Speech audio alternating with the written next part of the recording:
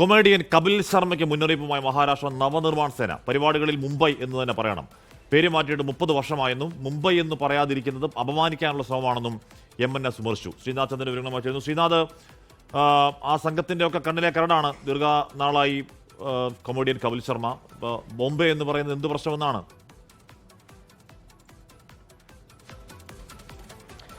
ഹാഷ്മി, സമീപകാലത്ത് ഹാഷ്മി സൂചിപ്പിച്ച പ്രശ്നങ്ങളുണ്ട്. അത് കൂടാതെ തന്നെ ഈ തെരഞ്ഞെടുപ്പ്, തദ്ദേശ തെരഞ്ഞെടുപ്പൊക്കെ നടക്കാൻ ഇരിക്കുന്ന സമയമാണ്. പ്രാദേശിക വിഷയങ്ങൾ പരമാവധി ഉയർത്തി കാണിച്ച് രാഷ്ട്രീയത്തിൽ കൂടുതൽ സജീവമാകാനാണ് MNS ശ്രമിക്കുന്നത്. നമുക്കറിയാം, മറാഠി അറിയാത്തതിൻ്റെ പേരിൽ പലരും MNSൻ്റെ ഭാഗത്തു നിന്നുള്ള മർദ്ദനം ഏറ്റുവാങ്ങേണ്ടി വന്ന ദൃശ്യങ്ങളൊക്കെ നമ്മൾ കണ്ടതാണ്.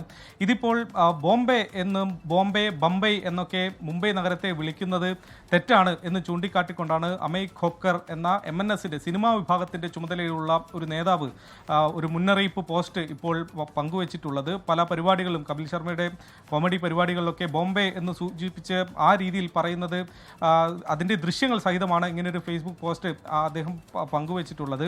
അദ്ദേഹം പറയുന്നത് 30 വർഷങ്ങൾക്ക് മുമ്പ് ബോംബെ എന്ന പേര് മാറ്റി മുംബൈ ആക്കിയതാണ്. ഡൽഹിയും ചെന്നൈയും, മദ്രാസിൻ്റെ പേര് ചെന്നൈ എന്നൊക്കെ ആക്കിയതിന് മുൻപ് ആ മാറ്റം മുംബൈയിൽ സംഭവിച്ചതാണ്. അതുകൊണ്ട് ആ പേര് മാറ്റിയത് അംഗീകരിച്ച് ആ തരത്തിൽ തന്നെ വിളിച്ചില്ലെങ്കിൽ അതിൻ്റെ അർത്ഥം മുംബൈയെ അപമാനിക്കുന്നു എന്നതാണ്. അതിനുള്ള പ്രത്യാഘാതം നേരിടേണ്ടി വരും എന്നതാണ് ഈ പോസ്റ്റിൽ ഉള്ളത്. അങ്ങനെ പ്രാദേശികമായ മറ്റൊരു വിഷയം കൂടി, സമീപകാലത്ത് ആരും ആ രീതിയിൽ ചർച്ച ചെയ്ത് കണ്ടിട്ടില്ലാത്ത ഒരു പുതിയ വിഷയം കൂടി MNS എടുത്തിടുകയാണ്. ഹാഷ്മി, ഓക്കെ, മഹാരാഷ്ട്ര നവനിർമ്മാൺ സേനയാണ്.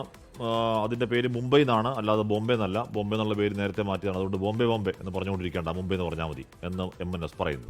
ലോകത്തെവിടെയായാലും ഏത് സമയത്തും 24 വാർത്തകളും ഓഗ്മെന്റഡ് റിയാലിറ്റി പാക്കേജുകളും എക്സ്പ്ലെയിനറുകളും വിശദമായി കാണാൻ ഞങ്ങളുടെ YouTube ചാനൽ നിങ്ങൾക്ക് സബ്സ്ക്രൈബ് ചെയ്യാം.